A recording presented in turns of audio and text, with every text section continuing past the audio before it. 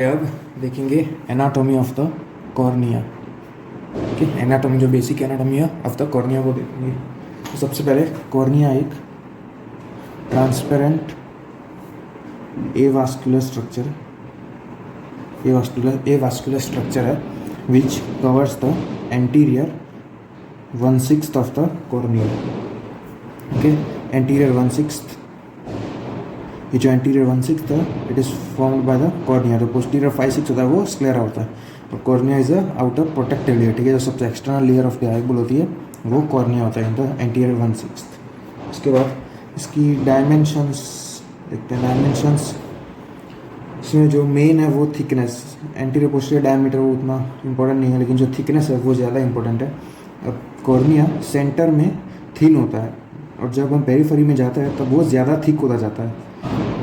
Okay, तो centre में ये थिन होता है, मतलब उतना थिन नहीं, कंपैरेटिवली थिन। और इसमें इसकी थिकनेस कितनी होती है 0.5 to 0.6 mm, 0.5 to 0.6 mm thickness होती है। और जब हम पेरिफेरी में जाते हैं तो ये थिक होता जाता है, तब इसकी जो थिकनेस होती है वो डबल हो जाती है 1 to 1.2 mm।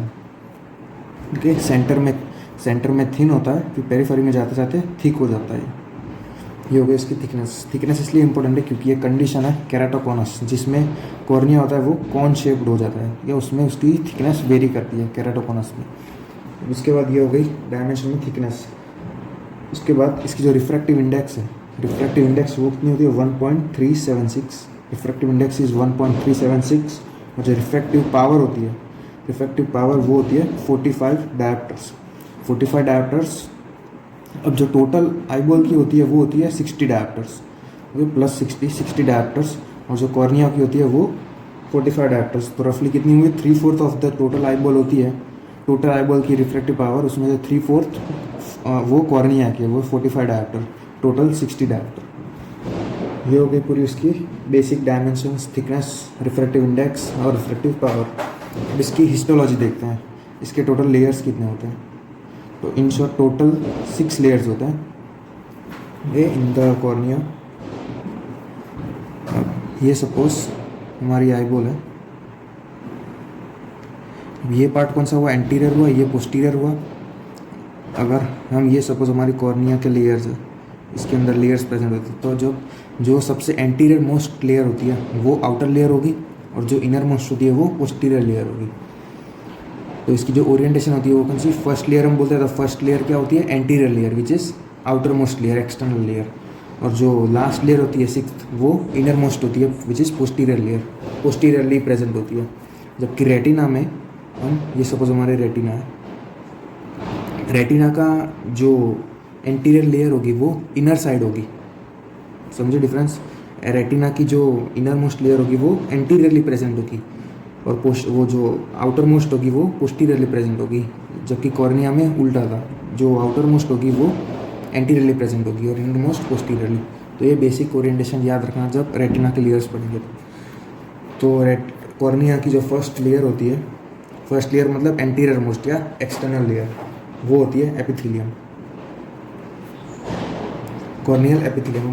कॉर्नियल एपिथेलियम होता कौन सा है, तो it is stratified squamous epithelium, stratified squamous epithelium. Stratified का मतलब क्या होता है, मल्टी लेयर। ठीक है, तो जो सेल्स होंगे वो मल्टीपल लेयर्स में अरेंज होंगे। तो इसके टोटल 5 या 6 लेयर्स ऑफ सेल होते हैं। उसमें से जो लोअर 2/3 होते हैं, लोअर 2-3 लेयर्स ऑफ सेल होते हैं वो होते हैं बेसल सेल्स, बेसल सेल्स। उसके ऊपर क्या कौन से सेल प्रेजेंट होते हैं, वो होते हैं अम्ब्रेला शेप या विंग सेल, अम्ब्रेला और विंग सेल्स। सबसे नीचे बेसल, फिर उसके ऊपर अम्ब्रेला और wing cell. Basically polygonal cells भी कह सकते हैं क्योंकि ये अलग अलग टाइप के सेल्स होते हैं, अलग अलग शेप के। उसके बाद टॉप लेयर होता है वो, it is a layer of flattened cells होते हैं वो फ्लैट हुए होते हैं, इसको बोलते हैं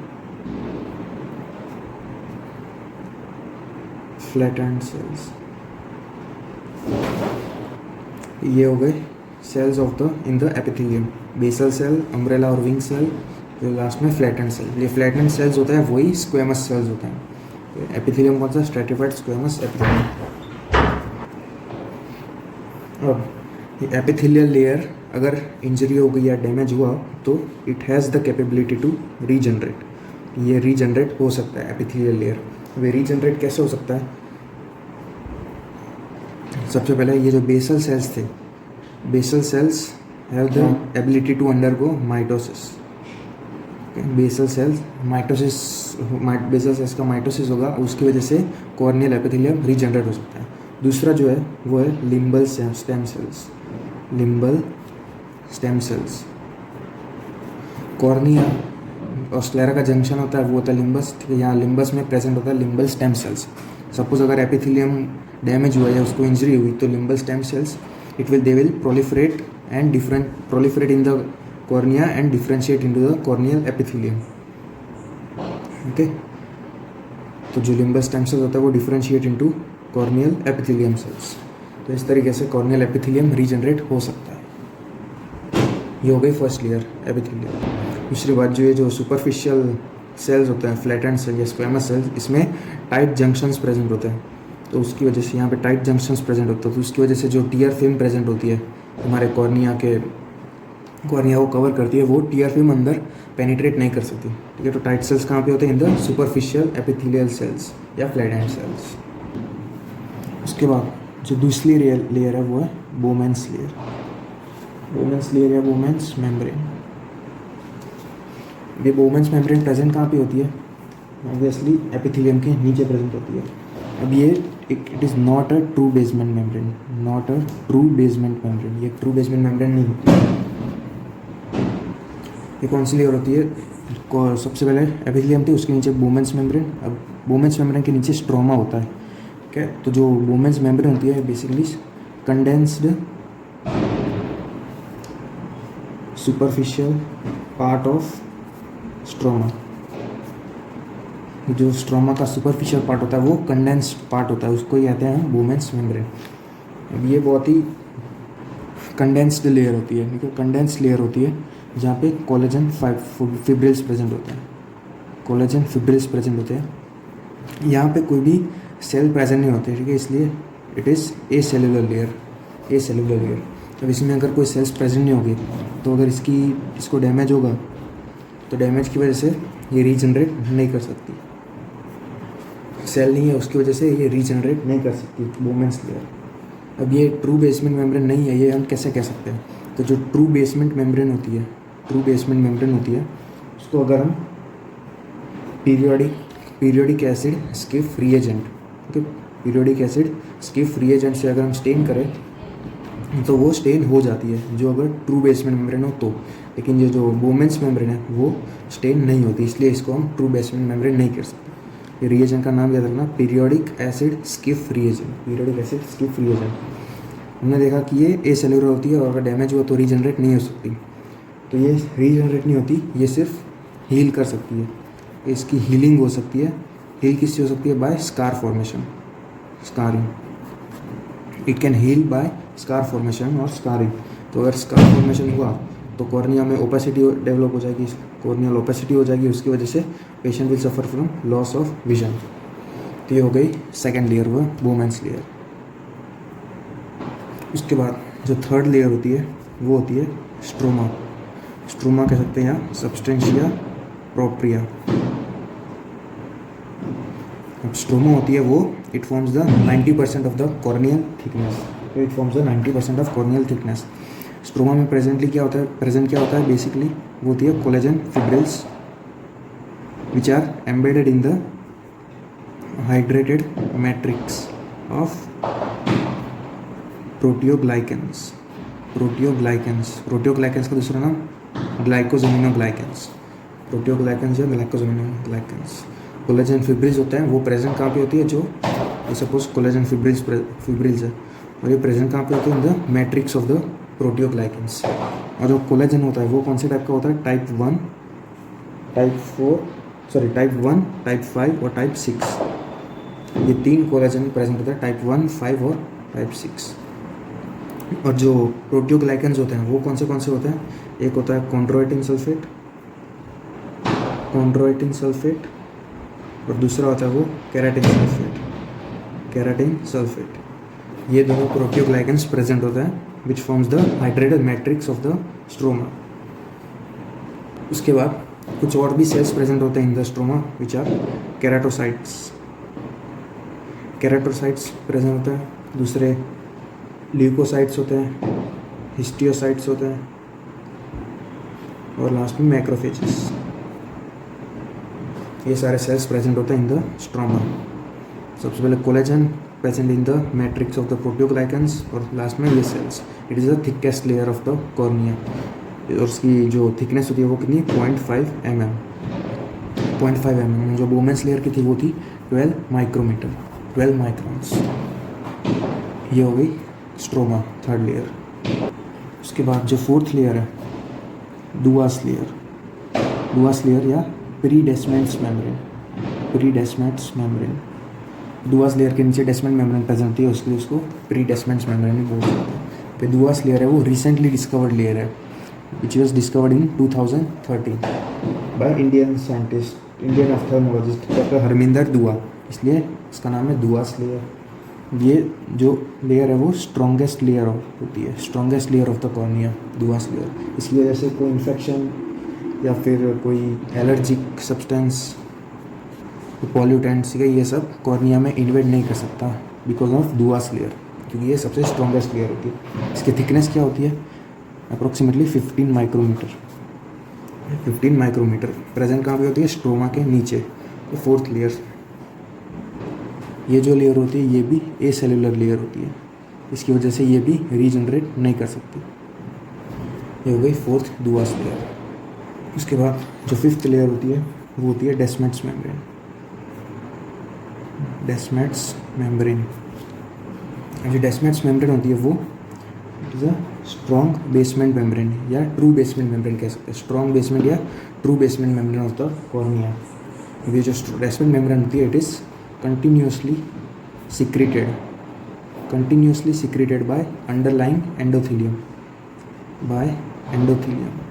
डेस्मेंट मेम्ब्रेन के नीचे एंडोथीलियम प्रेजेंट होता है जो डेस्मेंट मेम्ब्रेन को throughout the life continuously secrete करता रहता है। डेस्मेंट मेम्ब्रेन में प्रेजेंट क्या होती है तो कोलेजन प्रेजेंट होता है plus glycoproteins, collagen plus glycoprotein ये प्रेजेंट होता है इन द डेस्मेंट्स मेम्ब्रेन। ये कंटिन्यूसली सीक्रेट होता रहता है, ठीक है, बाय द एंडोथीलियम। तो इसकी वजह से इट कैन रीजनरेट हो सकता है डेस्मेंट्स मेम्ब्रेन। बिग इंपॉर्टेंट एमसीक्यू, जो डेस्मेंट मेम्ब्रेन्स की जो पेरिफेरल टर्मिनेशन है, ठीक है, एंटीरियर टर्मिनेशन या पेरिफेरल टर्मिनेशन जो कहाँ पे होती है on the anterior limit of trabecular meshwork.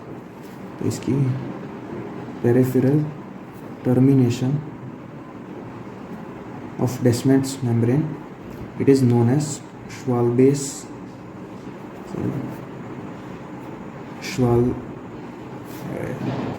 spelling wrong.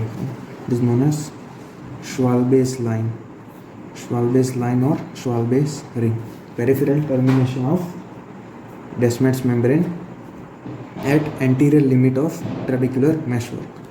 Okay, it is known as Schwalbe's line या Schwalbe's ring। ये important MCQ है, मोस्ट कॉमनली पूछा था। यहाँ पे कंटिन्यूसली सीक्रेट होता रहता है बाय द एंडोथीलियम, ठीक है, उसकी वजह से इसकी जो थिकनेस होती है वो कॉन्स्टेंटली इंक्रीज होती रहती है थ्रू आउट द लाइफ। तो ये हो गए फिफ्थ डेस्मेंट्स मेम्ब्रेन लेयर। अब जो लास्ट लेयर है ऑफ द कॉर्निया वो होती है एंडोथीलियल लेयर, एंडोथीलियम क्या पोस्टीरियर मोस्ट या फिर inner most layer, okay, inner most layer endothelium. अब एंडोथीलियम एक सिंगल सेल लेयर होती है, सिंगल सेल लेयर होती है जहाँ पे मेनली हेक्सागोनल शेप्ड सेल्स होते हैं, हेक्सागोनल सेल्स प्रेजेंट होता है और सिंगल लेयर में अरेंज होता है। अब एंडोथीलियल जो सेल्स होते हैं वो मोस्ट इंपॉर्टेंट है in the cornea because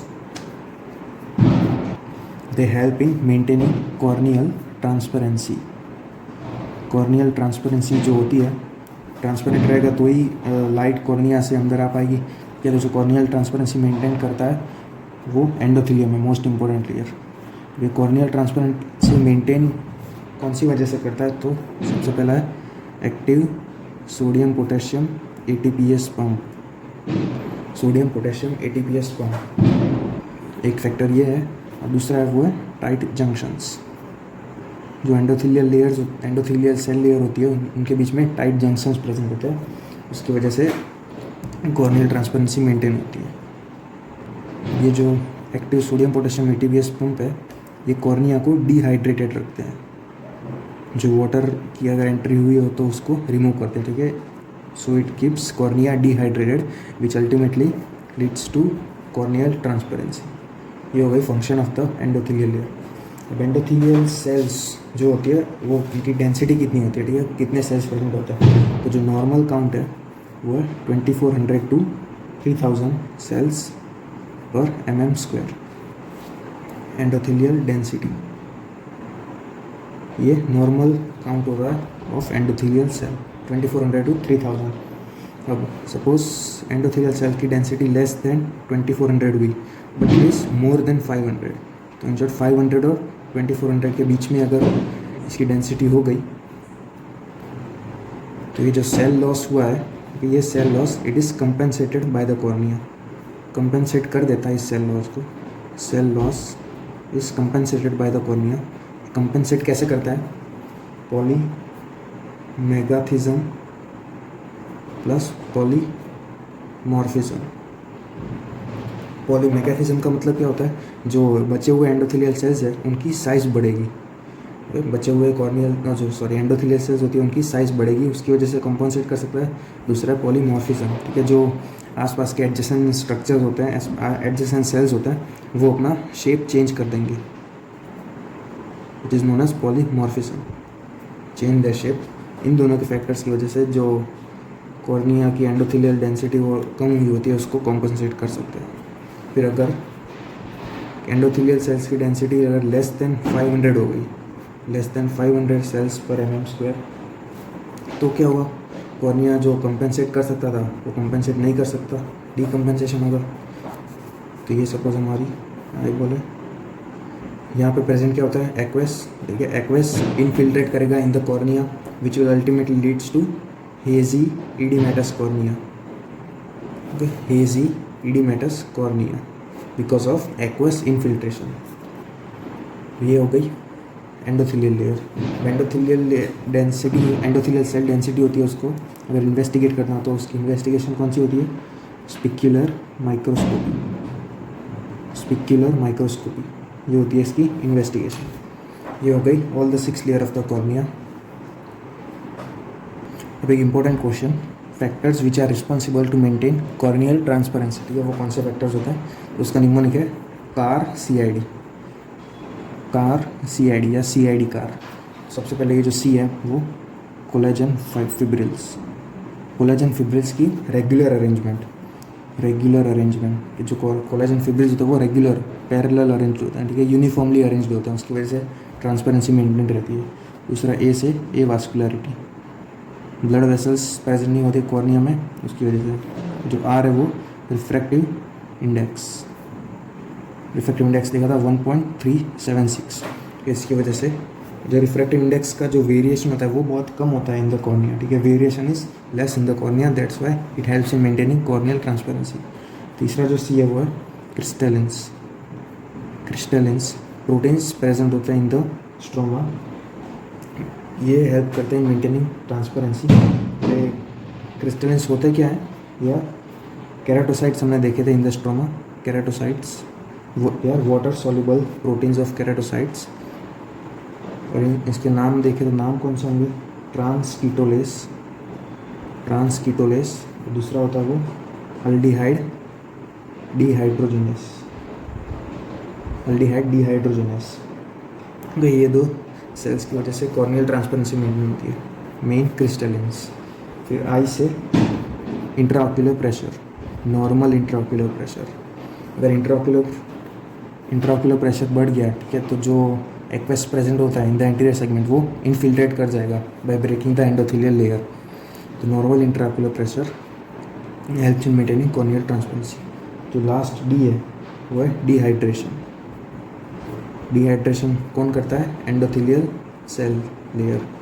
endothelial cell layer जहाँ पे sodium potassium ATPase pump present होता है, which cause dehydration of the cornea, which ultimately helps in maintaining corneal transparency.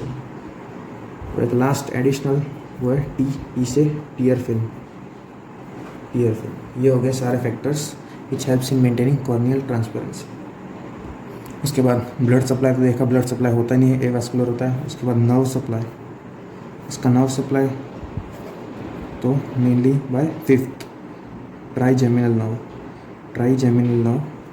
Trigeminal nerve supply करती है कॉर्निया को। Trigeminal nerve का कौन सा डिवीजन? ऑफ्थेल्मिक डिवीजन। 3 डिवीजन होते हैं, ऑफ्थेल्मिक, मैक्सिलरी, मैंडिबुलर। उसमें से ऑफ्थेल्मिक डिवीजन सप्लाई करती है। और ऑफ्थेल्मिक डिवीजन का भी कौन सी ब्रांच? उसकी 3 ब्रांच होती है, लैक्रिमल, फ्रंटल और नेज़ोसिलियरी। ये 3 ब्रांच होती है, उसमें से नेज़ोसिलियरी ब्रांच होती है, वो सप्लाई करती है कॉर्निया को। ये हो गई उसकी nerve supply of cornea. Main याद रखना है, फिफ्थ ट्राइजेमिनल, फिर उसकी ऑफ्थेल्मिक डिवीजन और लास्ट में उसकी नेज़ोसिलियरी ब्रांच। देखते हैं कॉर्नियल ब्लिंक रिफ्लेक्स। ये कॉर्निया की सेंसेशन होती है, उसको टेस्ट करने के लिए होता है कॉर्नियल ब्लिंक रिफ्लेक्स। ये रिफ्लेक्स हम परफॉर्म कैसे करते हैं? यूजिंग द कॉटन विस्प की मदद से परफॉर्म करते हैं। अगर कॉटन विस्प हम कॉर्निया को टच करेंगे तो या तो फिर सेंसेशन प्रेजेंट पेशेंट होगा वो ब्लिंक करेगा, या फिर ब्लिंक नहीं करेगा पेशेंट।